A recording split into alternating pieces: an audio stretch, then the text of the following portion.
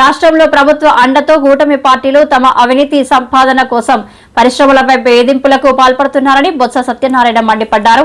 Visakhapatnam camp కార్యాలయంలో మాజీ మంత్రి గుడివాడ అమర్నాథ్, మాజీ ఎమ్మెల్యేలు కరణం ధర్మశ్రీ, తైనాల విజయ్ కుమార్లతో కలిసి మీడియాతో మాట్లాడారు.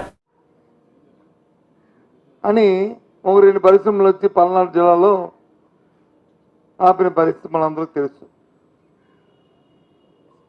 నేను రోజున కడపలో అక్కడ జరుగుతున్న ఆ సిమెంట్ పరిశ్రమ జరుగుతున్న దౌర్జన్యం తెలుసు. ఒక 3-4 నెలల కిందట ఆ ప్రాంతంలో ఉన్న విద్యుత్ ఉత్పత్తి చేస్తున్న దాని దగ్గర నుంచి ఆ యాష్ గురించి పడిన గొడవలు మనందరికీ తెలుసు. అంతకుముందు అనంతపూర్లో జరిగిన సంఘటన మనకు తెలుసు. ఒకటి కాదు, రెండు కాదు. లేకపోతే కృష్ణపట్నంలో అవుట్ సోర్సింగ్ ఉద్యోగులు వేసుకుంటుంటే అక్కడ స్థానిక నాయకులు ఏ రకంగా ఆ ప్రాజెక్ట్ జనరల్ మేనేజర్ మీద ఏ రకంగా దౌర్జన్యం చేసి ఏం చేస్తారో తెలుసు. అంతెందుకు మన పక్కనున్న హెచ్ఆర్లో ఉన్న యూపీ బీర్ ఫ్యాక్టరీని ఏ విధంగా దౌర్జన్యం చేసి మాకు వెళ్తున్న మీ పెన్షన్ కోడ్కి ఒక లారీకి ఎంత ఇవ్వాలి, లేకపోతే నెలకి ఎంత ఇవ్వాలి అని ఆ స్థానికంగా ఉన్న ఆ ప్రజాప్రతినిధులు ఏ విధంగా అక్కడ దౌర్జన్యం చేస్తారో మనం చూసాం.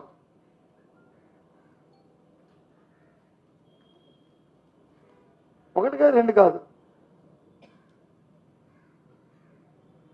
అలాగే ప్రతి జిల్లాలో కూడా ఈ రకంగా చేస్తూ అంతెందుకు జిందాల్ పరిశ్రమ, జిందాల్ యాజమాన్యం ఈ దేశంలోనే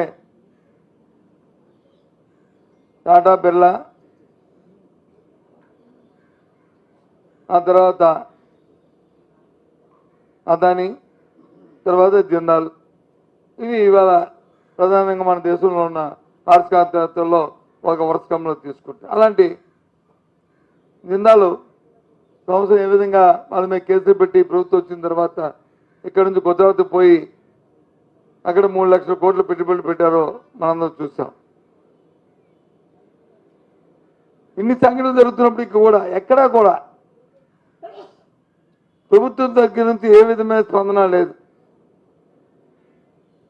ఒక్క ప్రక్రియ మీద వచ్చి ఒక్కరి మీద చట్టపరమైన చర్యలు లేవు.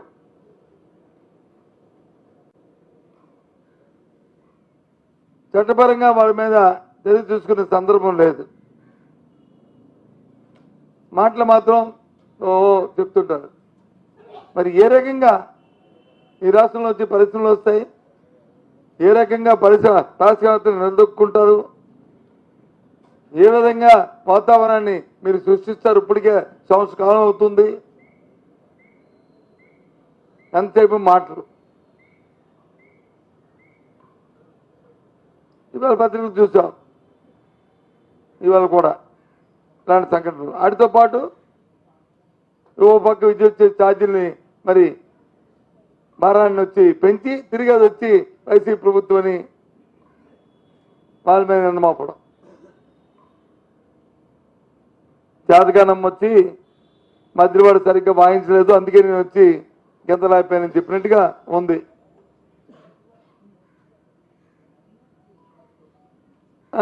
అట్రోపు ఛార్జీలది ఇంకెంత ప్రపోజించండి. మీరు కూడా ప్రభుత్వం సబ్సిడీ ఇచ్చి వాటిని అందుకోవచ్చు కదా. ఎందుకు ప్రజల మీద మా భారం మోస్తున్నారు? ఒక పక్క అది లేదు, ఇంకో పక్క అట్టాసంగా చెప్పారు, మిర్చి రైతులను ఆదుకుంటాం, గిట్టుబాటు ధరిస్తాం, కేంద్ర ప్రభుత్వం ఇంటర్వ్యూన్ అయింది,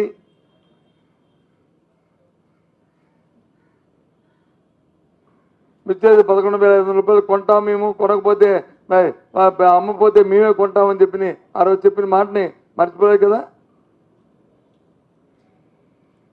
ఒక్క కేజీ అని కొన్నారా ఈ ప్రభుత్వం? మార్కెట్ ఇంటర్వెన్షన్ చేసి నిన్నగా మనం ఇచ్చినైతే ఎంత ఇబ్బంది పడుతున్నారో చూస్తున్నాం కదా. ఇవాళ కూడా వాటితో పాటు పొగాకు రైతులు అసలు ఏ రైతుకి మీరు గిట్టుబాటు ధర ఇస్తున్నారు? మీరు చెప్పిన మాటని ఏ విషయంలో మీరు మాట మీద నిలబడి ఆ కార్యక్రమాన్ని చేస్తున్నారు? లే, ఎక్కడ చూసినా కనిపించట్లే. ఏదైతే చంద్రబాబు నాయుడు గారికి నాన్న ఉందో వ్యవసాయం శుద్ధ దండగా, వ్యవసాయం చేయడం వల్ల వృధా అనే మాట ఎదుగుతుందో అది సాధకం చేసుకుంటున్నారు. పైపెచ్చు గొప్పగా మాటలు మాత్రం ఎక్కువ మాటలు మాట్లాడుతుంటారు. ఏంటిది?